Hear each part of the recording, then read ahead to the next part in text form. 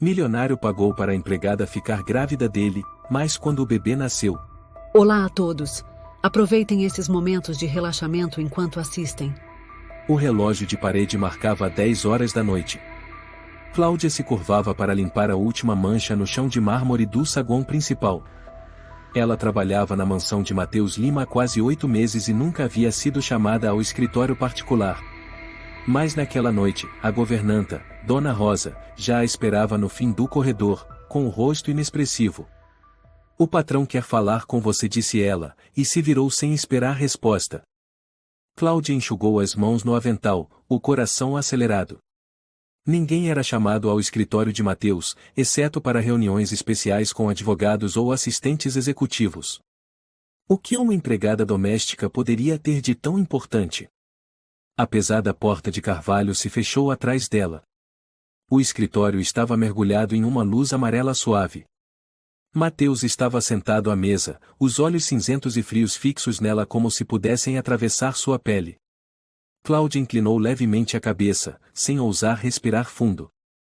"Sente-se", ele disse, com voz baixa e firme, o tom de quem está acostumado a dar ordens.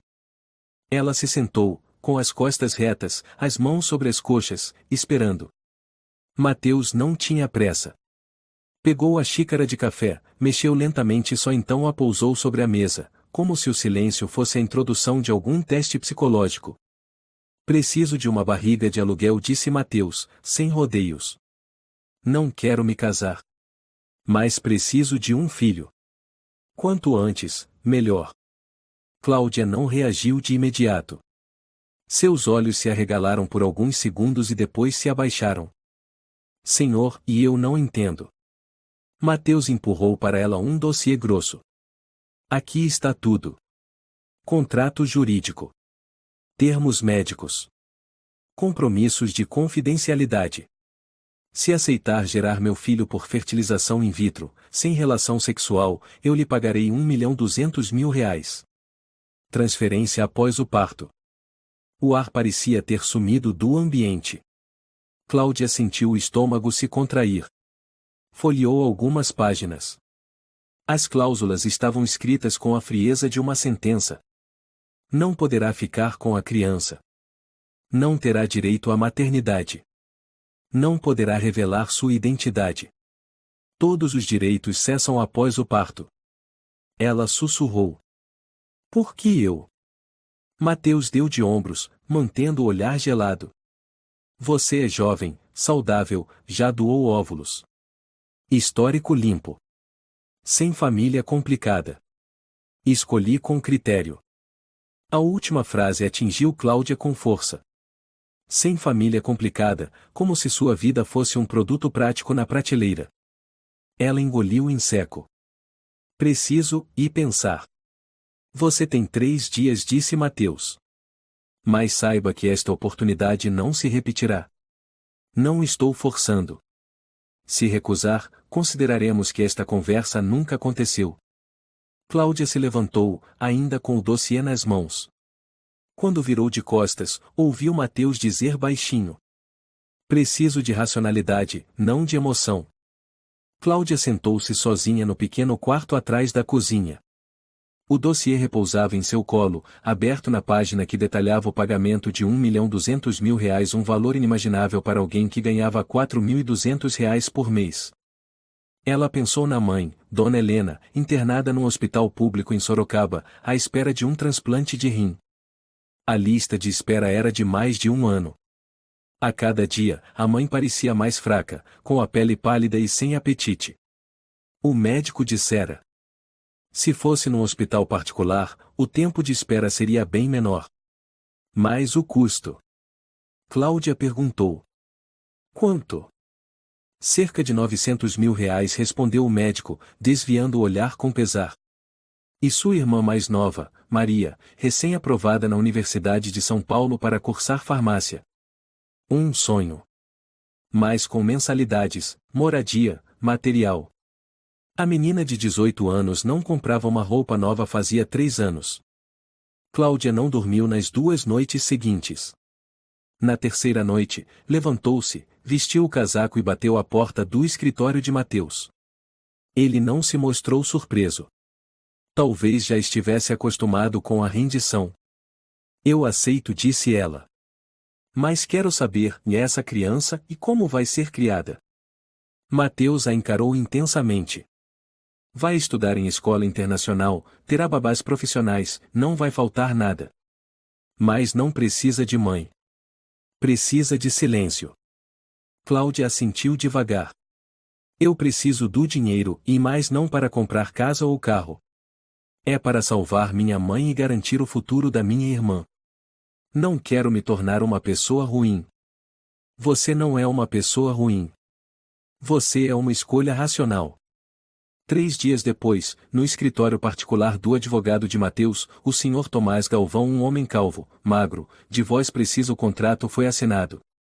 Cláudia se sentou entre os dois homens, a mão tremendo levemente ao segurar a caneta. Leu atentamente as cláusulas. Perguntou o doutor Galvão. Sim, respondeu ela em voz baixa. Entende que este é um compromisso legalmente vinculante, do qual não poderá se retirar sem pagar multa conforme previsto? Entendo. O advogado a olhou por cima dos óculos de aro metálico.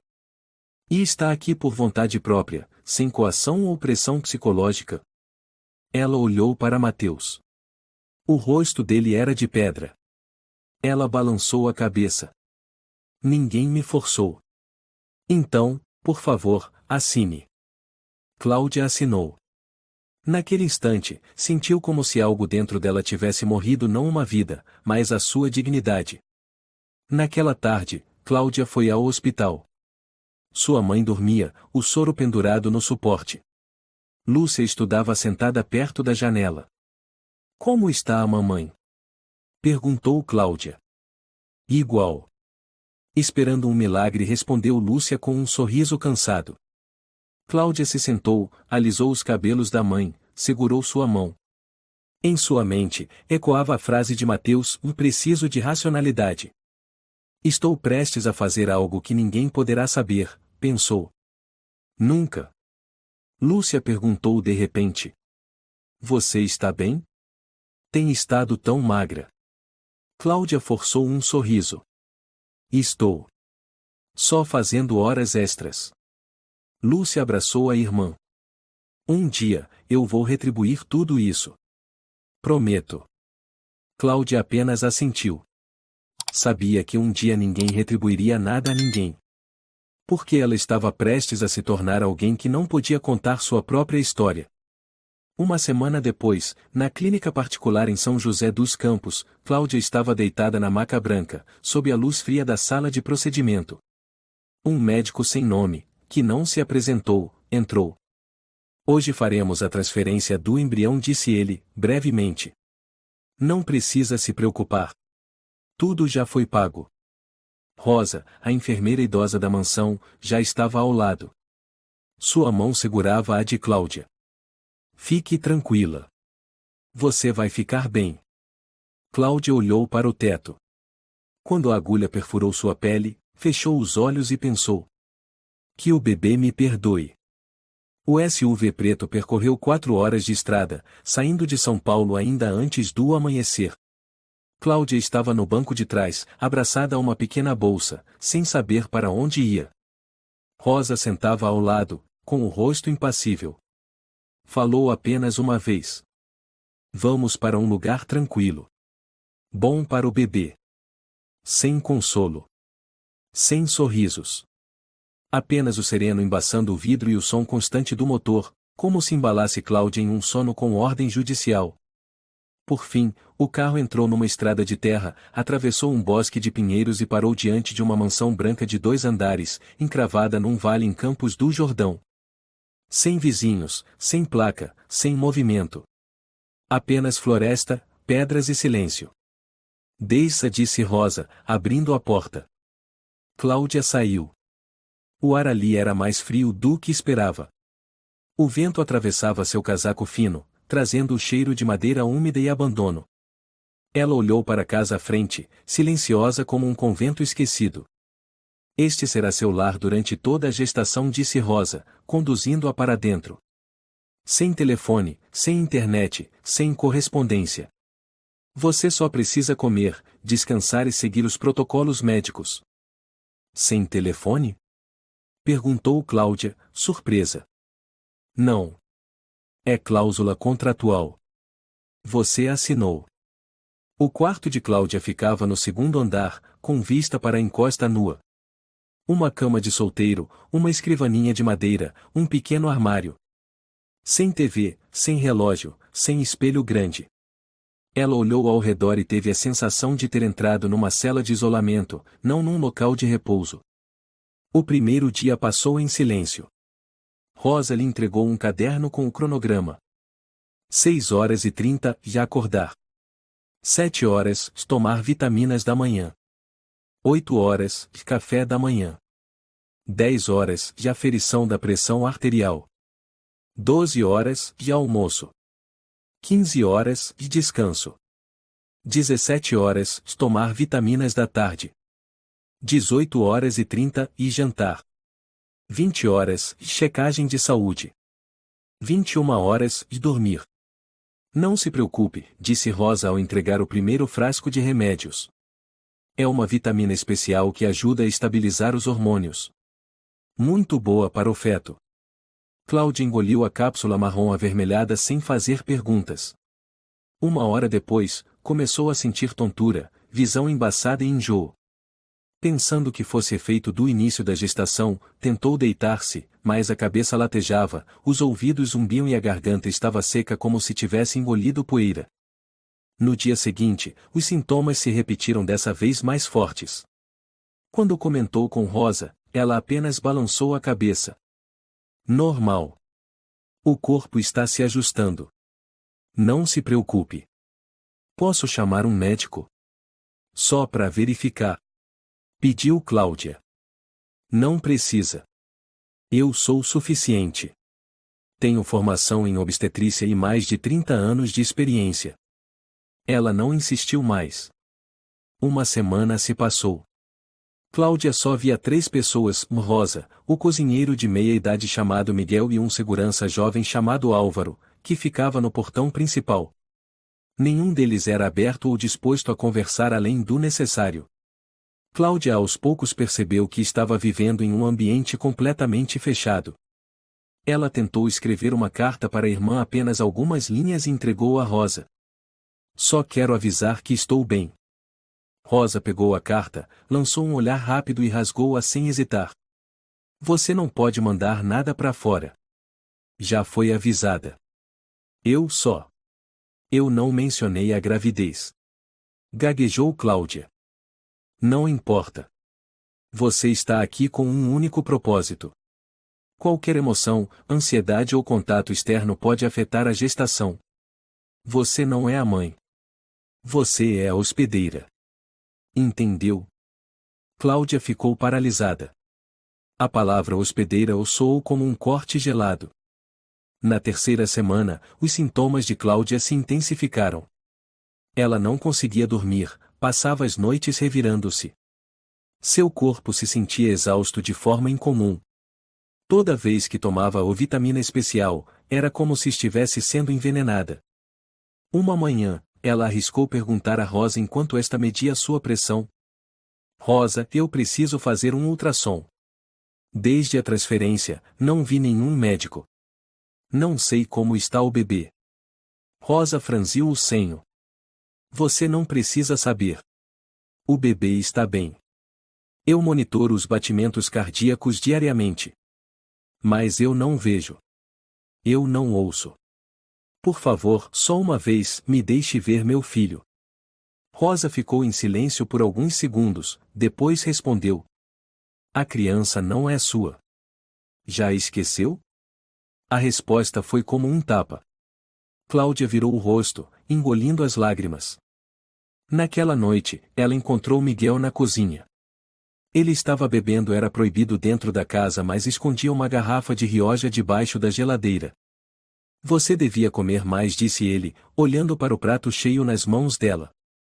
Não tenho fome, respondeu Cláudia. Miguel deu um gole no vinho e sorriu de lado. Você é a 4ª, não é? Cláudia congelou. Por que diz isso? Antes de você, vieram 3 moças. Jovens, caladas, como você. Elas chegaram e se foram. Nenhuma voltou. Ela insistiu. Foram para onde? O senhor sabe o que aconteceu? Miguel suspirou, sem responder diretamente. Eu só cozinho. Mas esta casa não é lugar para quem tem esperança. Cláudia voltou ao quarto com o coração acelerado. Pegou o contrato e relutantemente releu. Na página 18, uma cláusula em itálico dizia: no caso de interrupção da gestação ou cancelamento do contrato por falha da parte gestante, a parte A, Mateus Lima, tem o direito de processar e exigir indenização não inferior a 3 milhões de reais. 3 milhões de reais. O dobro do valor prometido a ela. Cláudia caiu sentada na cama, trêmula. Estava presa em uma gaiola de cláusulas. Cada dor, cada fraqueza não podia ser motivo de pânico. Não podia recuar. Não podia sentir.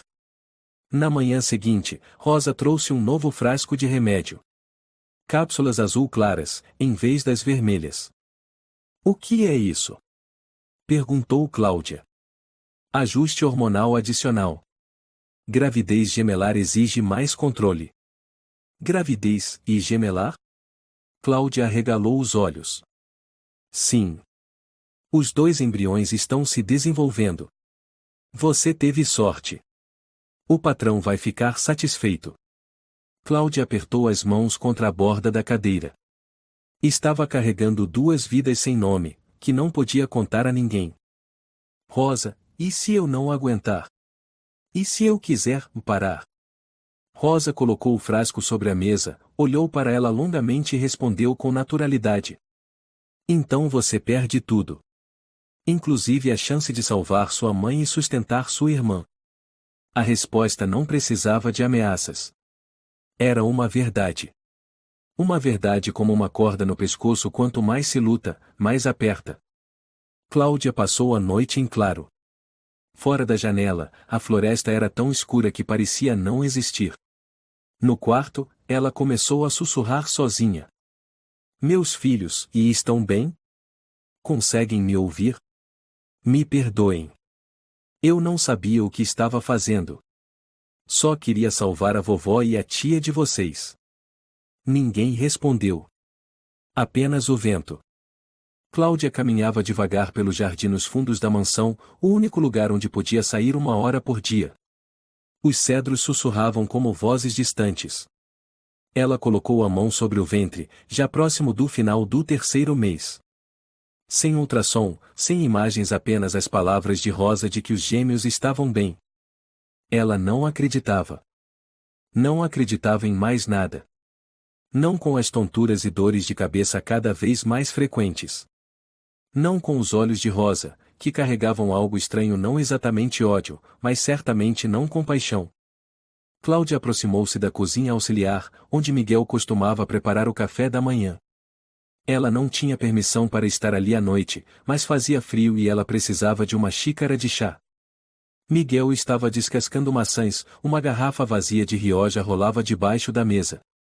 Ele levantou o olhar, com olhos cansados e embriagados. Você não deveria estar aqui a essa hora, disse ele, mas não a expulsou. Só quero chá. Não consigo dormir, disse Cláudia, baixinho. Miguel serviu água quente, colocou um sachê na xícara e empurrou para ela. Beba. Depois volte pro quarto. Se a Rosa vir. O senhor conheceu elas? Perguntou Cláudia de repente. As que vieram antes de mim. Miguel parou por um segundo. Não deveria falar. Por favor.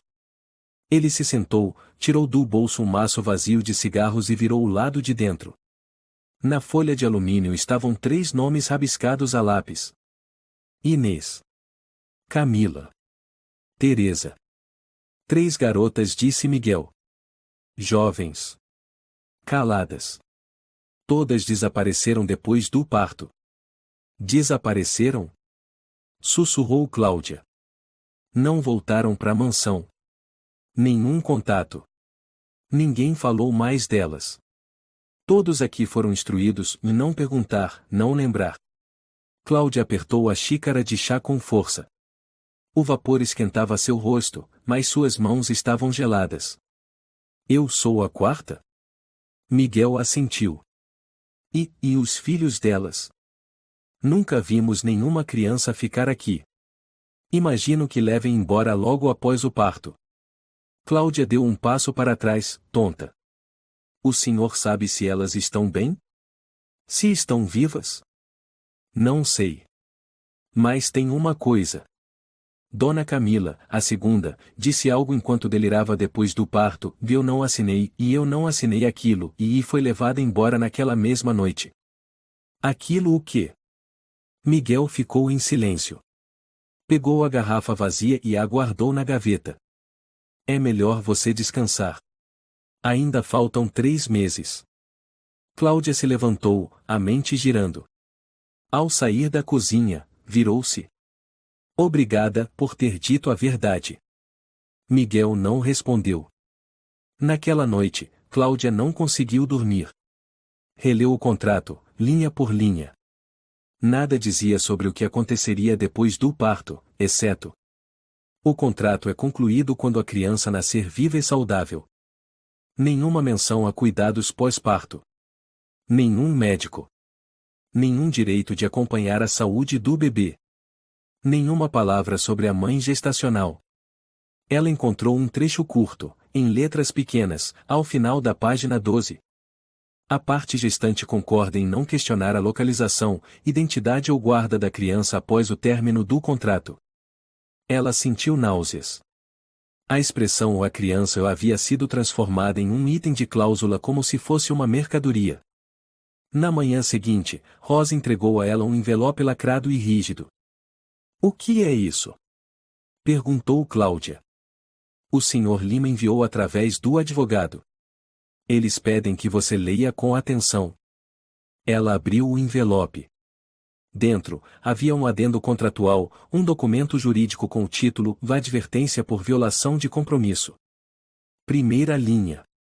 Lembramos a Sra. Cláudia F. que qualquer ato de revelação, recusa de tratamento ou interferência no desenvolvimento dos embriões será considerado violação contratual e poderá acarretar indenização financeira não inferior a R$3 milhões.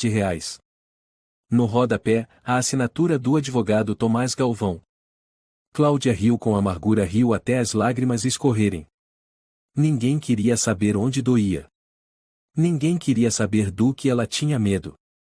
Eles só queriam os embriões vivos. Ela era só o invólucro.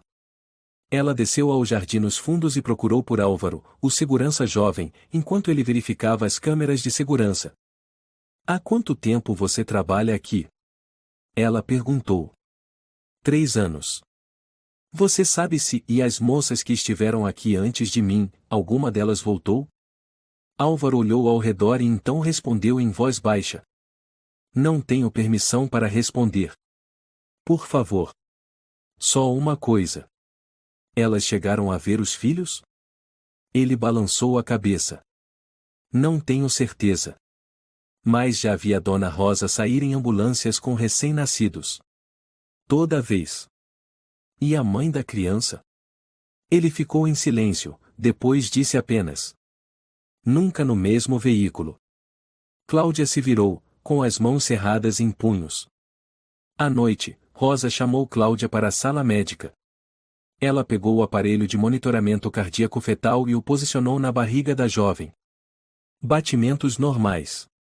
Os bebês estão saudáveis.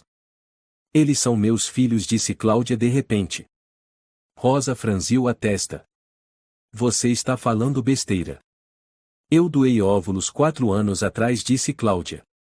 Naquela época também foi por causa da minha mãe, que precisava de dinheiro.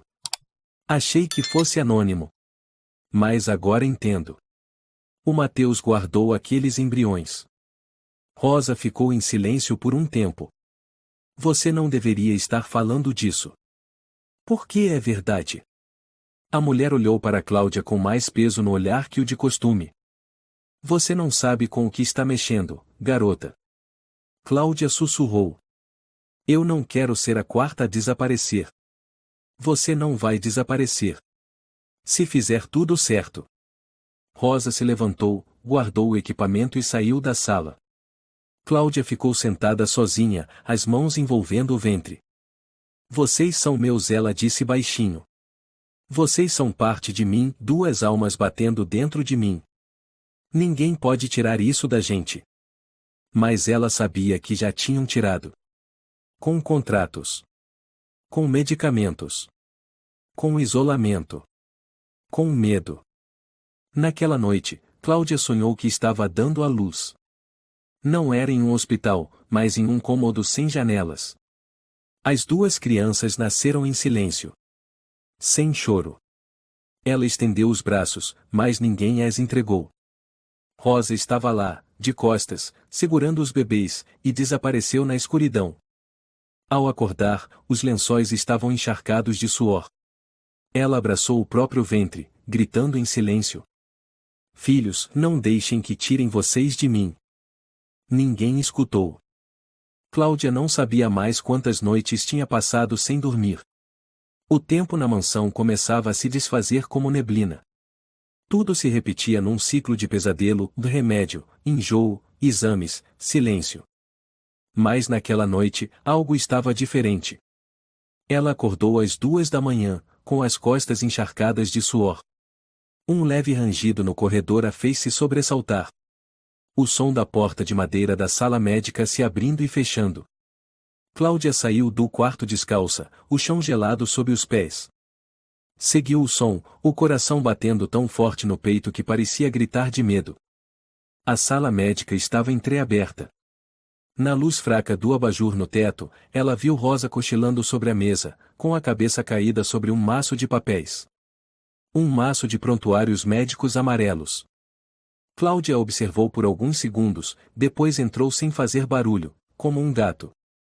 Sobre a mesa, os nomes escritos à mão nos arquivos. Inês Ribeiro. Camila Barreto. Teresa Silva. Ela puxou um dos arquivos, as mãos trêmulas. Dentro, fichas de acompanhamento gestacional, datas de cesárea, anotações médicas. Nenhuma imagem de ultrassom. Nenhum nome de bebê. Apenas uma frase ao final de cada prontuário, em letras em negrito. Procedimento realizado, encaminhar indivíduo conforme protocolo 7B. Cláudia se assustou. Protocolo 7B. Sem explicação. Sem descrição. Apressada, abriu o último arquivo, Teresa Silva, e encontrou um formulário impresso em papel fino, quase apagado. Consentimento para infusão anestésica prolongada pré-cesariana com supressão de memória irreversível. Ela apertou o documento nas mãos. O coração batia tão forte que a deixou tonta. O que eles fizeram com as 3 mulheres anteriores? Eles apagaram suas memórias? Naquele momento, um pequeno dossiê caiu da gaveta de baixo que estava entreaberta. Não havia nome na capa. Apenas um adesivo branco com a inscrição. Doante #1446. Cláudio abriu e quase caiu no chão. Era o formulário original de doação de óvulos. Com seu nome completo, Cláudia Pereira, assinado 4 anos antes. Junto, o dossiê de fertilização, indicando claramente o número dos embriões congelados, #1446AB. Ela não precisava de mais provas. Não havia mais dúvidas. Os 2 embriões que cresciam dentro dela eram o resultado de seus próprios óvulos. Ela caiu sentada na cadeira. Todo o som desapareceu. Sua cabeça zumbia. O mundo ao redor se dissolvia em uma massa escura e espessa como piche. Eram seus filhos. Ela não era apenas uma barriga de aluguel. Ela era a mãe biológica. Tremendo, Cláudia enfiou o prontuário no bolso do casaco e o segurou com força. Virou-se para sair. Mas Rosa já estava de pé. O que está fazendo aqui? A voz dela cortou o ar como uma lâmina. Cláudia ficou paralisada por alguns segundos. Depois cerrou os punhos. Eu já sei de tudo. Rosa se aproximou, os olhos frios. Você não deveria saber. Dona Inês, Camila, Teresa e elas não apenas deram à luz e foram embora. Elas tiveram a memória apagada. Elas foram apagadas. Rosa suspirou. Isso não é da sua conta. E eu? Serei a próxima? Vão me apagar e me jogar fora? Depois de me roubarem meus filhos? Cláudia. Rosa vociferou. Você não tem o direito de chamá-los de os seus filhos. Cláudia puxou o dossiê do bolso e o jogou sobre a mesa. Estes são os meus óvulos. Eu assinei a doação sem saber quem os usaria. Ele guardou por 4 anos e agora me contratou para gerar meus próprios filhos? Rosa ficou em silêncio. Ela olhou os documentos, depois olhou para Cláudia. Pela primeira vez, sem arrogância. Havia algo nos olhos dela e algo parecido com culpa. Ele não quer que os filhos tenham mãe, disse Rosa. Ele acredita que emoções estragam as pessoas. E a senhora? A senhora ajuda ele a arrancar todo o vínculo materno como se fosse um pedaço de madeira? Não é tão simples assim, Rosa suspirou. Trabalhei quase 30 anos na obstetrícia. Vi crianças sendo abandonadas, espancadas, traumatizadas pelas próprias mães. O Sr. Lima tem seus motivos. Não. Ninguém tem o direito de transformar uma mãe em incubadora e depois apagar sua existência. Cláudia deu um passo para trás, segurando os papéis contra o peito. O que pretende fazer? Perguntou Rosa, a voz agora mais baixa. Eu não sei, respondeu Cláudia. Mas não vou deixar que tirem meus filhos sem que eles vejam meu rosto. Sem saber meu nome. Sem saber o quanto doeu. Ela correu de volta ao quarto, bateu a porta com força. Vasculhou sua bolsa, pegou o celular antigo que escondia debaixo da cama sem chip, sem sinal mas ainda útil para gravar. Ela abriu o aplicativo de notas e começou a digitar. Se alguém estiver lendo isso, por favor, acredite em mim. Meu nome é Cláudia Pereira. Estou grávida de gêmeos, meus próprios filhos, dentro de um contrato frio com Matheus Lima.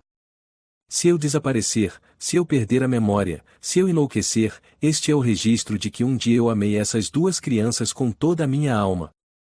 3 dias depois, Cláudia estava sentada, imóvel, na sala de atendimento improvisada dentro da mansão. Segurava com força a cópia dos documentos que havia fotografado em segredo. Não sabia como usaria aquilo. Mas precisava guardar. Para ainda ser alguém. Rosa estava muito mais calada. Não o repreendia. Não vigiava com tanta rigidez como antes. Talvez também sentisse que haviam ido longe demais. Mas Cláudia já não acreditava mais em arrependimentos tardios. Miguel a viu na cozinha e perguntou em voz baixa. Você está bem? Cláudia apenas respondeu. Não. Mas vou ficar se sobreviver a tudo isso. Naquela noite, Cláudia escreveu na parede de seu quarto com uma caneta permanente. Não esqueça. Uma gota de sangue escorreu de sua mão, sujando seu próprio nome. E ela ficou ali, encarando o escuro, fazendo uma promessa silenciosa. Enquanto eu respirar, não vou deixar que meus filhos sejam apenas um número. A 37ª semana começou com uma noite estranhamente silenciosa. Sem latidos de cachorro, sem vento, sem os passos costumeiros de Rosa pelo corredor. Cláudia acordou por uma sensação estranha, sua barriga estava rígida, algo dentro dela parecia estar se retraindo. Ela ofegava, segurando o ventre, tentando não entrar em pânico. 2h10 da madrugada. Na parede, a frase "eu não esqueça-o" ainda estava ali, marcada com força, como um voto feito com sangue. Ela estava prestes a se levantar quando a porta se abriu de repente. Rosa entrou, com o rosto inexpressivo. A luz do corredor iluminava seus olhos como carvões acesos. Levante-se. Precisamos fazer o parto agora, disse Rosa. Cláudia piscou, atordoada. Por quê, e agora? Os batimentos cardíacos dos bebês caíram drasticamente. Monitoramos pela estação médica. Se demorarmos, os 2 correm perigo. Antes que pudesse reagir, Rosa puxou seu braço e a pressionou sobre a maca que já a aguardava do lado de fora. Eu preciso de um médico. Cláudia gritou. O médico já foi avisado. A sala de cirurgia está pronta. Você só precisa fazer sua parte. Cláudia olhou em volta. Não viu Álvaro. Não viu Miguel. Apenas Rosa e dois homens desconhecidos, usando roupas médicas, máscaras cobrindo quase todo o rosto. Ela não pôde perguntar seus nomes. Ninguém lhe disse nada. Ninguém a cumprimentou. Nenhuma palavra de conforto. A empurraram pelos corredores escuros até uma sala abafada, onde a luz branca dos refletores feria os olhos. Coloque os pés na mesa, ordenou um dos homens. Cláudia gaguejou. Eu não quero cesariana. É emergência. Não há escolha, respondeu Rosa, posicionada atrás de sua cabeça. Uma seringa foi aproximada. Cláudia tentou se esquivar. O que é isso? Anestesia. Leve. Você não vai sentir dor, disse Rosa, com a voz baixa, mas firme. Cláudia tentou evitar, mas a agulha já perfurava seu braço. Poucos segundos depois, suas pálpebras ficaram pesadas. Ela sentiu como se estivesse afundando na água, cada vez mais fundo, até não saber de mais nada. Quando acordou, o teto branco acinzentado foi a primeira coisa que viu. Depois, a dor intensa no baixo ventre, a incisão da cesariana ainda latejava. Cláudia levou a mão até a barriga. Vazia. Trêmula, sentou-se de súbito, desesperada. Onde estão meus filhos? Ninguém respondeu. O quarto estava em silêncio. Nenhum choro de bebê. Nenhum monitor de batimentos. Nenhuma Rosa. Nenhum médico. Somente ela. De camisola hospitalar, com a cicatriz ainda sangrando, e um buraco dentro do peito que parecia não ter fim. Apoiou-se com dificuldade, tentou sair da cama. A porta estava trancada por fora. Alguém aí? Por favor. Bateu na porta, a voz embargada pelo choro. Por favor, me deixem ver meus filhos. Só uma vez. Eu imploro. Sua voz ecoou contra as paredes frias. Horas depois, a porta se abriu. Rosa entrou com um maço de papéis nas mãos. Cláudia correu até ela, quase rasgando sua blusa. Onde estão? Onde estão meus filhos? Rosa desviou-se com firmeza, o rosto de pedra. Você precisa assinar os papéis de encerramento de contrato. Que papéis? Eu nem vi meus filhos. Eles estão vivos? Estão bem? Rosa colocou os documentos na mesa ao lado da cama. Certidão de nascimento. Termo de entrega contratual. Declaração de não retorno. Se assinar, você pode sair daqui ainda hoje à tarde. Cláudia balançou a cabeça, desesperada. Eu não vou assinar nada sem ver meus filhos. Eu tenho direito. Você não tem direito nenhum, cortou Rosa, pela primeira vez aos gritos. Você assinou no primeiro dia. Você não é a mãe. Você é a gestante. Seu trabalho acabou. E quem vai criá-los? Quem vai dar nomes? Quem vai abraçá-los quando chorarem? Não será você. Cláudia caiu de joelhos, chorando como um animal ferido. Eu não quero ficar com eles. Só peço para tocá-los. Uma vez só. Não é possível, respondeu Rosa, mas dessa vez seus olhos hesitaram. Ela não disse mais nada, apenas permaneceu ali, observando a jovem gritar como uma fera presa em uma jaula limpa. Ao meio-dia, Cláudia foi forçada a assinar. Se não assinar, será mantida aqui por tempo indeterminado para acompanhamento psicológico, ameaçou Rosa. Miguel foi quem levou a bandeja do almoço até o quarto. Quando viu Cláudia, ficou paralisado por alguns segundos. Seus olhos encontraram os dela. Nenhuma palavra foi dita. Mas no olhar dele havia impotência, como quem já testemunhara aquilo outras 3 vezes. Cláudia pegou a caneta, as mãos tremendo. Olhou o papel à sua frente. Eu, Cláudia Pereira, declaro ter cumprido integralmente o dever de gestação conforme contrato assinado em. Sua assinatura saiu torta, irregular como um corte na pele. Uma parte dela morreu naquele instante. Ao terminar, Rosa recolheu os papéis, sem mais palavras. Disse apenas uma frase, curta e fria como metal. Está feito. Agora, desapareça daqui. Naquela tarde, Cláudia vestiu suas roupas comuns. Recebeu um envelope com uma passagem de trem para São Paulo, alguns milhares de reais em espécie e uma sacola com analgésicos como se fossem lembrancinhas para alguém que acabou de dar à luz. Ninguém se despediu. Ninguém a encarou nos olhos. O carro deixou a mansão às 16 horas.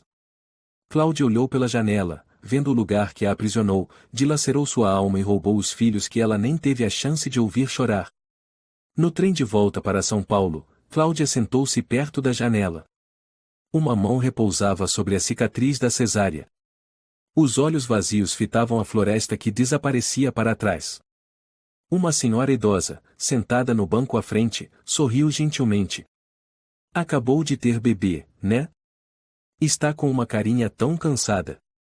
Cláudia esboçou um sorriso, mas não respondeu. Ela já não sabia mais quem era. Não era a mãe. Não era empregada.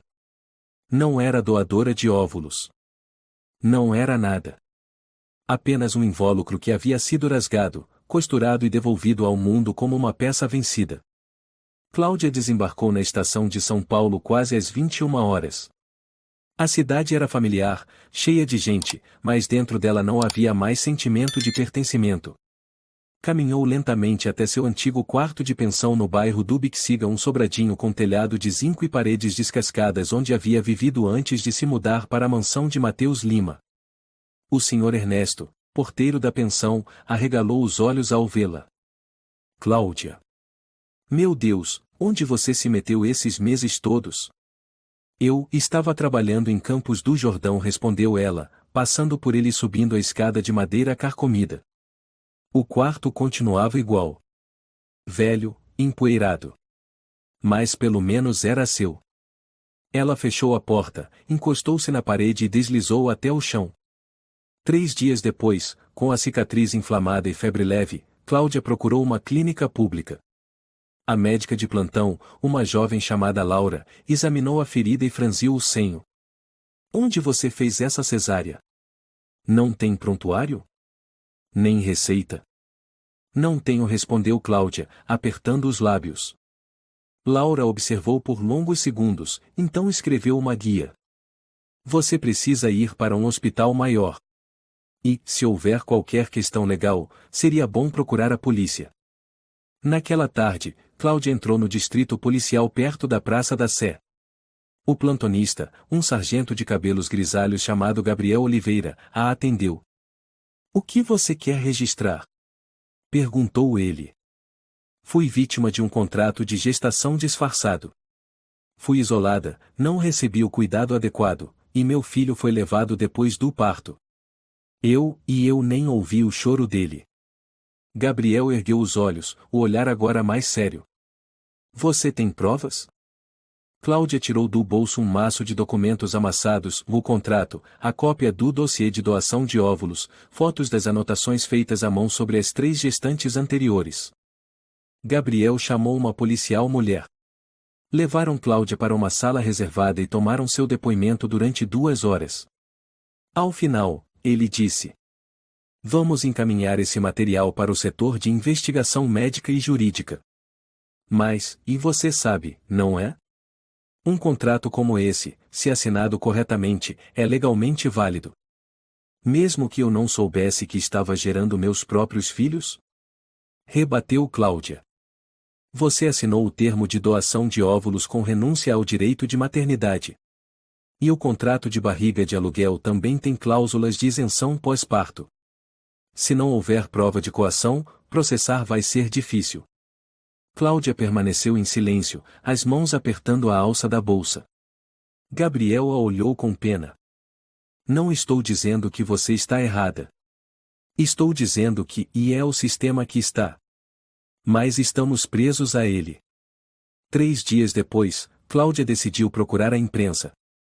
Entrou em contato com uma repórter que havia escrito matérias sobre injustiças médicas, Lúcia Martins, do jornal Folha de São Paulo. Encontraram-se em uma cafeteria simples, onde Cláudia entregou todos os documentos e contou tudo, desde o começo. Lúcia anotou com atenção. Sua história é pesada. Mas precisa ser contada. Mas tem que ser a verdade, exigiu Cláudia. Nada sensacionalista. Eu não quero virar piada. Lúcia assentiu. Eu entendo. 3 dias depois, a reportagem saiu na capa do jornal, com o título: A mulher que gerou por R$ 1.200.000 o contrato mais frio do Brasil? Mas em menos de 24 horas, a matéria foi retirada da página principal. Uma nova versão surgiu em um tabloide. Vendeu o filho e agora quer ser mãe? O que há por trás das lágrimas tardias? Cláudia ficou atônita. As redes sociais explodiram, mas não como ela esperava. Se vendeu por dinheiro, aguenta. Assinou, agora não chora. Vendeu o filho e agora quer bancar a santa? Sua caixa de mensagens se encheu de spam, ameaças e insultos. Um perfil anônimo escreveu: Vocês são lixo. Barriga de aluguel e ainda querem falar de moral? Cláudia não saía mais de casa. Usava boné, máscara, e saía às escondidas apenas para comprar miojo a cada 3 dias. Ao ir ao hospital público para uma consulta de revisão, uma enfermeira a reconheceu, tirou uma foto escondida e cochichou com outra. Cláudia sentiu olhares penetrantes por todos os lados. Na pensão, recebeu um envelope do carteiro.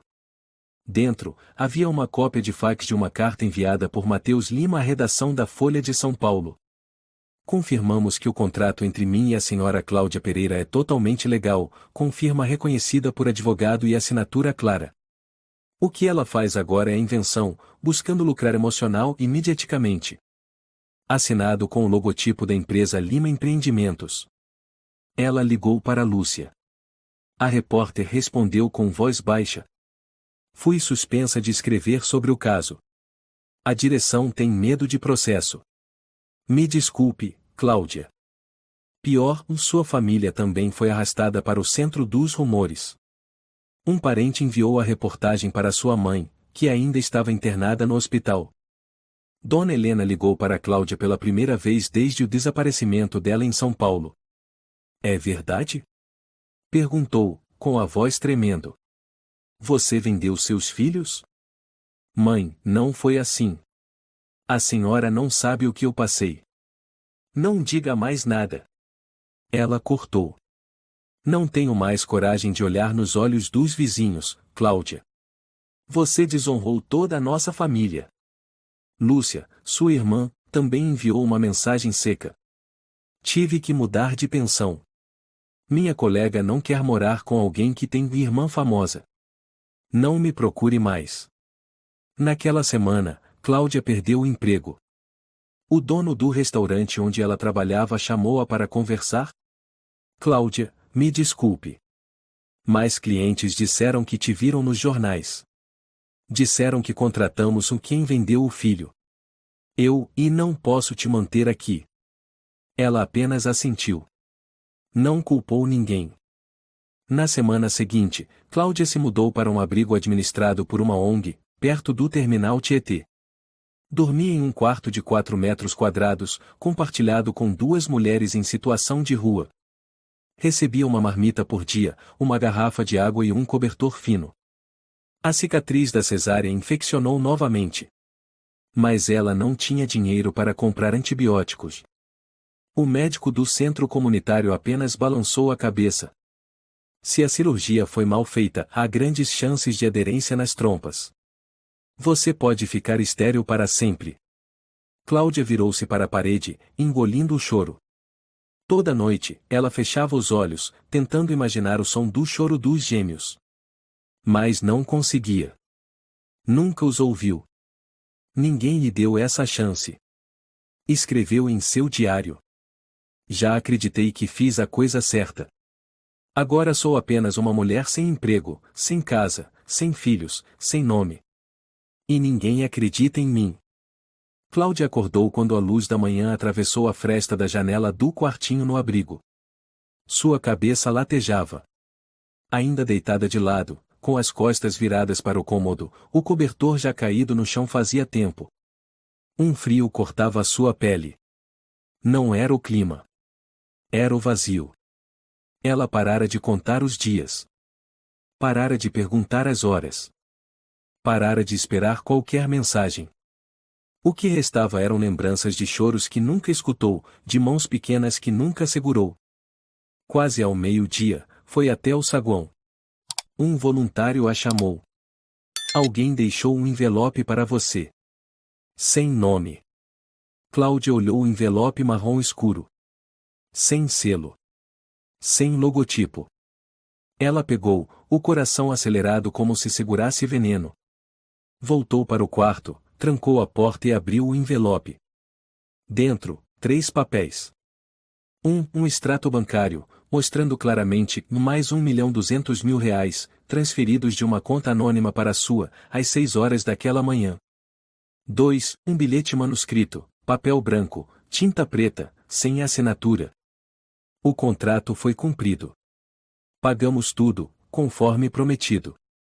Se você ousar abrir a boca sobre qualquer coisa, certifique-se de que vai viver tempo suficiente para se arrepender.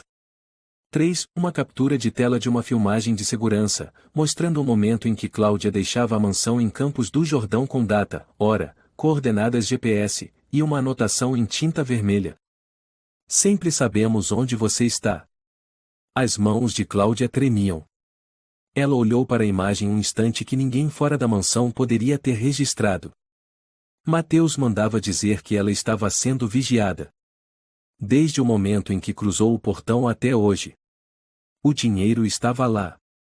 Mas, a que custo? Ela apertou o bilhete com força. A raiva crescia. Não por causa da ameaça, mas porque ela sabia que era verdade. Tudo havia sido meticulosamente orquestrado.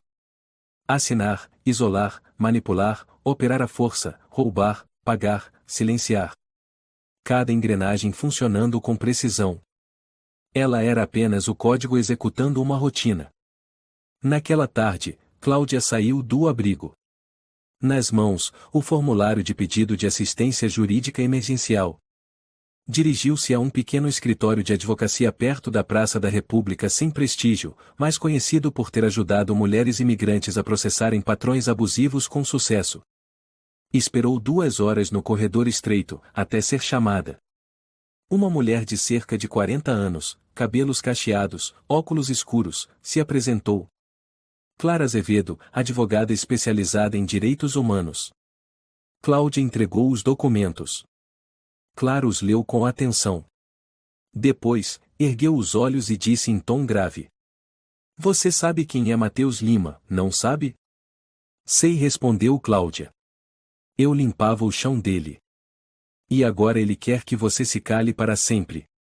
Acredite, todos os escritórios grandes vão recusar esse caso. Não porque você esteja errada. Mas porque eles têm medo. Eu não preciso vencer. Só preciso que alguém me escute. Clara fechou os olhos por um momento. Depois, empurrou de volta o maço de papéis. Eu queria ajudar. Mas também quero viver para criar minha filha. Me desculpe. Naquela noite, Cláudia não voltou para o centro de acolhimento. Foi até a Praça Roosevelt, sentou-se em um degrau, em meio à multidão de pedestres e ao som da música de rua. Um violão soava uma melodia antiga e nada foi um erro. Ela riu. Um riso rouco, seco e amargo. Um homem em situação de rua, idoso, sentou-se ao lado e lhe ofereceu uma latinha de cerveja vazia. Chegou agora? Ela não respondeu. Apenas abaixou a cabeça, abraçou o ventre e começou a chorar. Na manhã seguinte, Cláudia voltou a examinar o corte da cesárea em um posto de saúde público. O médico, um homem de meia idade chamado Dr. Jaime Rocha, olhou o histórico e examinou a sutura, franzindo a testa. Quem fez essa cirurgia em você? Não sei o nome do médico. Os pontos estão mal feitos. O útero está rompido em 2 pontos. Na minha opinião, a chance de você engravidar de novo é praticamente nula. Cláudia sentiu-se afundar num abismo. Não, e não pode ser. Você deveria operar novamente para corrigir o tecido cicatricial. Mas pode não ter reversão. O senhor quer dizer que, e posso nunca mais ter filhos? Jaime balançou a cabeça. Não afirmo com certeza absoluta. Mas o risco é altíssimo. Ela se levantou de repente, sem pegar a receita. Saiu correndo da unidade de saúde como se alguém a perseguisse com uma faca. Naquela tarde, Cláudia foi ao banco. Sacou os R$ 1.200.000 inteiros, guardando em 2 bolsas transversais. Ela não tinha planos. Nem metas. Ninguém para enviar o dinheiro. A mãe cortara contato. A irmã a bloqueou. A advogada recusou o caso. A sociedade a desprezava. O médico a sentenciara. Só restava o dinheiro. E um ventre vazio. Ela voltou à antiga pensão no Bixiga para buscar alguns pertences. O zelador, seu Ernesto, abriu a porta e comentou em voz baixa. Alguém veio aqui te procurar. Não deixou nome. Estavam num carro preto. Fizeram perguntas muito específicas. Cláudia apenas assentiu. Não respondeu. Ela sabia. Mateus nunca perdia o controle. Naquela noite, ficou sozinha no quarto. Luzes apagadas. O brilho dos postes da rua se infiltrava pelas frestas da janela. Colocou as 2 bolsas de dinheiro ao lado. Depois, desamarrou lentamente a faixa de pano enrolada na barriga, onde os pontos cicatrizados ainda marcavam feridas em vermelho. Pôs a mão sobre aquela pele. E murmurou, pela primeira vez desde o parto, uma frase que jamais ousara dizer em voz alta. Meus filhos, e sou eu. Mamãe está aqui. Nenhuma resposta. Ela chorou. Vocês choraram quando nasceram? Alguém segurou vocês? Alguém já deu nome para vocês? Parou. As lágrimas chegaram à boca, amargas como fel. Eu não vi os olhos de vocês. Não abracei vocês. Não ouvi a voz de vocês. Ela soluçou. Eu não tive o direito de dar nomes aos meus próprios filhos. Na rua, ao longe, uma sirene ecoava. Cláudia permaneceu ali, em silêncio. Na parede, sua sombra tremia, como se prestes a se dissolver no nada. 5 anos se passaram. Cláudia estava sentada no corredor do 2º andar do Hospital Infantil São Pedro, onde trabalhava como voluntária, lendo histórias para crianças internadas às quartas-feiras à tarde. Usava um jaleco branco, sem nome, sem cargo. Um anonimato seguro. A cicatriz na barriga ainda existia, embora esmaecida. Toda manhã, ao trocar de roupa, ela a olhava. Não por dor, mas como lembrete. Eu sobrevivi. Nunca tocou no dinheiro de Mateus. Os R$ 1.200.000 continuavam intocados, em uma conta separada, como se fossem dinheiro manchado de sangue impróprio de ser usado. Cláudia chamou o chefe da ala pediátrica, um senhor idoso chamado Fernando. Hoje à tarde tem aula de desenho com os gêmeos. Pode ajudar? Ela assentiu. Estou pronta. A sala de atividades do térreo estava decorada com desenhos coloridos feitos pelas crianças. Cláudia entrou, a luz da tarde atravessava as janelas grandes. Risos agudos ecoavam. 2 meninos desenhavam com giz de cera no centro da sala. Um tinha cabelo castanho encaracolado e olhos escuros. O outro, cabelo mais liso, olhos acinzentados com tons esverdeados. Cláudia parou. O coração falhou um compasso. Aqueles olhos.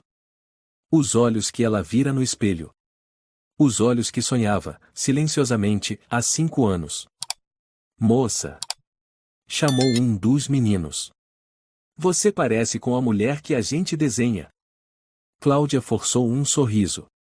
Parece com quem? Com a princesa do desenho. Respondeu o outro, mostrando um rabisco de uma mulher de cabelo castanho no meio da floresta, com os braços abertos abraçando duas crianças pequenas. Cláudia sentou-se, tentando respirar com calma. Como vocês se chamam? Eu sou Lucas, disse o de cabelo encaracolado. E eu sou Léo, respondeu o de cabelo mais liso. Nomes lindos, ela sussurrou. Passos soaram atrás dela. Cláudia virou-se. Uma mulher de cerca de 40 anos, também de jaleco branco, entrou. Alta, firme. Ao ver Cláudia, ela parou um segundo, como se tivesse sentido algo. Lucas correu até ela. Mamãe Alicia. Ela parece com a moça que a gente desenha, né? A mulher chamada Alicia aproximou-se, encarando Cláudia com atenção. Cláudia Pereira? Cláudia se levantou, confusa. Você me conhece? Fui parte da equipe médica do Mateus, disse Alicia em voz baixa. Eu era a médica responsável pelo acompanhamento obstétrico remoto. Eu sei da sua história. E conheço esses dois meninos. Cláudia sentiu as pernas falharem. Então, e é real? Alicia assentiu. Eu não aguentei mais. Saí do sistema dele depois daquilo. Consegui rastrear os meninos e adotei o Lucas e o Léo. Usei um nome intermediário. Ele nunca soube. Cláudia estava em prantos. Como você conseguiu? Eu tinha os registros de DNA. Sabia de quem eles eram. Não podia deixar que crescessem como meros bens em uma cadeia de patrimônio. Lutei pela guarda com apoio de uma ONG internacional. Eles, e já sabem? Cláudia perguntou, os olhos vermelhos. Alicia balançou a cabeça. Sabem que sou mãe adotiva. Mas não sabem quem os gerou. Cláudia apertou os punhos. Não quero exigir nada. Só quero ir vê-los. Ouvir suas risadas. Alicia olhou para ela longamente. E então disse com doçura. Acho que eles precisam te conhecer. Não como mãe biológica, mas como a mulher que os deu à luz com o coração. Cláudia chorava. Não quero atrapalhar. Só, e um pouco de tempo. Alicia colocou a mão no ombro dela. Se você quiser, pode vir brincar com eles toda semana. Eles acham que você é a mulher do desenho. Agora você pode ser real. Na semana seguinte, Cláudia voltou, levando um livro de contos de fadas e uma caixinha de biscoitos. Lucas e Léo correram até ela. Moça do desenho. Qual é seu nome? Meu nome é Cláudia. Tia Cláudia. Você conta história de princesa pra gente? Claro que conto. Ela sentou-se entre os dois. Abriu o livro. Eles se encostaram nos ombros dela. Um momento simples. Mas o corpo de Cláudia tremeu inteiro. Pela primeira vez em 5 anos, ela não se sentiu invisível. Naquela tarde, Alicia a convidou para jantar. Na cozinha pequena e acolhedora, Cláudia descascava batatas, enquanto os gêmeos coloriam na mesa. Alicia falou baixinho.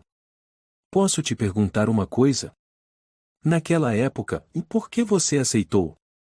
Cláudia respondeu após um momento de silêncio. Minha mãe precisava de um transplante de rim. Minha irmã, de dinheiro para estudar. Achei que estava fazendo a coisa certa. Mas eu não sabia que o preço seria para sempre. Alicia assentiu. Mateus, e foi investigado depois.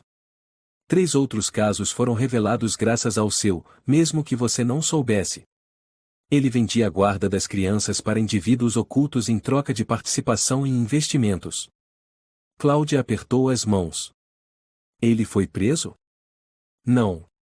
Mas perdeu quase todos os bens. E não tem mais permissão para ter filhos. Isso é suficiente? Perguntou Cláudia. Para a justiça? Ainda não. Mas é um começo. Naquela noite, ao sair da casa de Alicia, Cláudia olhou para trás e viu os 2 meninos acenando da janela. Tia do desenho. Conta mais semana que vem, tá? Ela assentiu, com lágrimas caindo em silêncio. Todas as quartas-feiras, Cláudia ia à casa de Alicia às 4 da tarde em ponto. Lucas e Léo já estavam acostumados com esse horário como se fosse o sinal da escola. Ela já não era mais a tia do desenho. Agora os pequenos a chamavam de "Ô Mamãe Cláudia". Eles escolheram esse nome semana passada, disse Alicia, sorrindo na cozinha. Eu não forcei. Só disse, em quem deu à luz vocês podem chamar como quiserem. Cláudia ouviu e não conseguiu conter as lágrimas. Você ficou triste? Perguntou Alicia, suavemente. Não. Como poderia haver tristeza em ouvir a palavra "ô mamãe" ou pela primeira vez em 5 anos? Léo correu e mostrou o novo desenho, em 2 mulheres, uma de cabelo longo castanho, outra com cabelo curto e lenço na cabeça, de mãos dadas com 2 meninos. Abaixo do desenho, estava escrito com letra infantil, Mamãe Cláudia e Mamãe Alicia. Cláudia se agachou e abraçou o pequeno. Doeu quando você teve a gente, mamãe? Perguntou Lucas, olhando para cima com os olhos negros. Cláudia ficou sem palavras. Apertou a mão do menino. Mamãe não lembra direito, sussurrou. Mas nunca deixou de lembrar de vocês. Léo tocou seu rosto. Você tá chorando? Tô. Porque tô feliz. No dia seguinte, a Folha de São Paulo publicou novamente a antiga história, mas desta vez com outro título. A mulher que foi silenciada agora é madrinha de 2 meninos antes tratados como produtos. A repórter agora era Ana Tavares, que havia trabalhado com Lúcia Martins no passado e agora liderava sua própria redação independente. Ana procurou Cláudia após meses de observação silenciosa e entregou a ela um rascunho do artigo. Escrevi com base no seu relato. Sem alterar, sem distorcer. Se você autorizar, eu publico. Cláudia leu tudo e devolveu a cópia. Pode publicar. Mas não me chame de "ô vítima". Me chame de madrinha. Ana sorriu. Era exatamente o que eu pretendia. O artigo se espalhou rápido. Não por sensacionalismo, mas por verdade. Cláudia começou a receber mensagens muito diferentes das de 5 anos antes. Você não é fraca. É uma luz. Obrigada por não ter ficado calada. Também fui forçada a entregar meu bebê. Queria que minha mãe tivesse me procurado como você. Ela leu cada linha.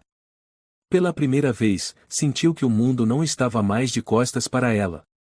Um mês depois, Alicia foi até o quarto de Cláudia, levando uma pasta. Você não precisa saber disso. Mas acho que deveria ver. Cláudia abriu o envelope. Dentro, documentos judiciais com um carimbo vermelho intenso. Matheus Lima está proibido de ter guarda de crianças em todo o território nacional por 20 anos. Cláudia olhou para Alicia. Fui eu quem enviou a denúncia anônima. Sem usar seu nome. Sem mencionar os meninos. Mas com todos os registros médicos antigos que você deixou. Cláudia não disse nada. Apenas soltou um longo suspiro, como se finalmente tivesse tirado um espinho preso na garganta por anos. Obrigada. Não precisa agradecer, disse Alicia. Fiz porque acredito que justiça precisa ter forma. Mesmo que tarde. Numa noite, Cláudia foi convidada a falar em um fórum médico com o tema Políticas Reprodutivas e Ética Pessoal. Ela subiu no pequeno palco com algumas anotações na mão. Eu já fui empregada doméstica. Já fui doadora de óvulos. Já fui barriga de aluguel. Mas eu nunca fui mãe, até o dia em que 2 meninos me chamaram de Mamãe Cláudia.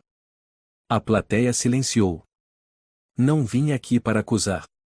Vim para dizer, não chamem uma mulher de o receptáculo. Não transformem a maternidade em contrato. Não acreditem que tudo pode ser comprado com dinheiro. Uma salva de palmas explodiu. Cláudia fez uma reverência, lágrimas caindo sem som. No aniversário de 6 anos de Lucas e Léo, Alicia organizou uma festinha no parque. Cláudia fez um bolo, embrulhou com cuidado num pano e escreveu um bilhete. Para Lucas e Léo. Mamãe Cláudia ama vocês mais do que qualquer palavra pode dizer. Os meninos apagaram as velas, gritaram de alegria. Os amiguinhos correram ao redor. Um homem de cabelos grisalhos observava de longe por trás de uma câmera. Ninguém reparou nele. Só Cláudia. Ela se aproximou. O senhor é jornalista? Ele se assustou e assentiu. Fui eu quem escreveu aquele artigo distorcido, anos atrás. Eu peço desculpas. Cláudia o encarou por um longo tempo. Depois respondeu com calma. Se quiser reparar, reescreva. Não me dê um pedido de desculpas. Dê aos outros a chance de acreditar. Na primavera daquele ano, Cláudia e Alice iniciaram um pequeno projeto: vou oferecer apoio jurídico a mulheres forçadas a gerar filhos por contratos injustos. Elas deram ao projeto o nome Os Nomes que Nos Roubaram. Toda criança merece ter um nome dado por quem a gerou, disse Cláudia. Mesmo que só tenha sido sussurrado em sonho. Numa noite, após ler uma história, Lucas perguntou: Mamãe, conta uma história de verdade. Verdade como? Uma história de quando a senhora era pequena. Cláudia abraçou os dois. Quando eu era mais nova, eu vivia numa casa muito grande, mas muito fria. Fui trancada lá dentro. E toda noite, eu sussurrava: Mamãe sente saudade de vocês. E a gente veio salvar a senhora? Léo perguntou. Cláudia sorriu, com lágrimas nos olhos. Vieram. Vieram com os olhos de vocês, com as risadas, com esses bracinhos aqui.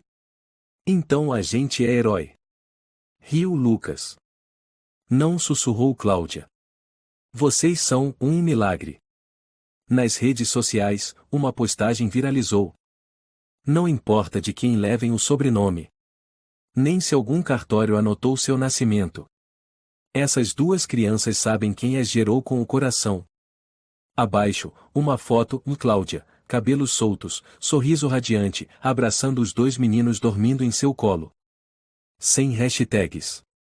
Sem campanhas. Sem discursos. Apenas paz. A história é um lembrete profundo de que nada é mais sagrado que a maternidade e que ninguém tem o direito de transformar seres humanos em instrumentos de interesses frios. O dinheiro pode comprar contratos, mas jamais comprará amor, sacrifício ou dignidade. Mesmo silenciada, a verdade um dia brilha através da coragem e da humanidade. E às vezes, não é a vingança, mas o perdão e a continuação da vida que marcam a maior ressurreição. Toda criança merece saber que foi gerada por amor, não por um contrato. Se você gostou desta história, convidamos você a dar um like e se inscrever em nosso canal. Seu apoio nos motiva a continuar trazendo histórias comoventes quase todos os dias. Estamos muito agradecidos pelo seu apoio. Até breve.